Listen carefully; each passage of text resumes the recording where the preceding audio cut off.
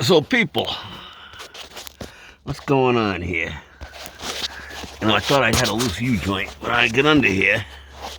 Let's see what goes on here. And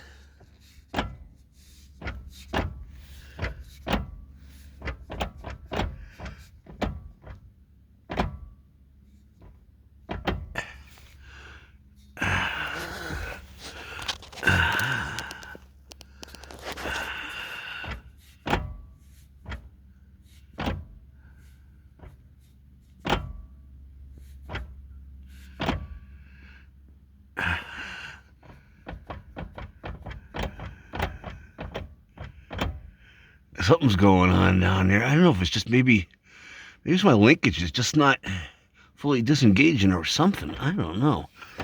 I was hearing a clicking. I thought I was going to be the rear drive shaft, but that seems fine. And I got the front here, and that's where my noise is coming out of.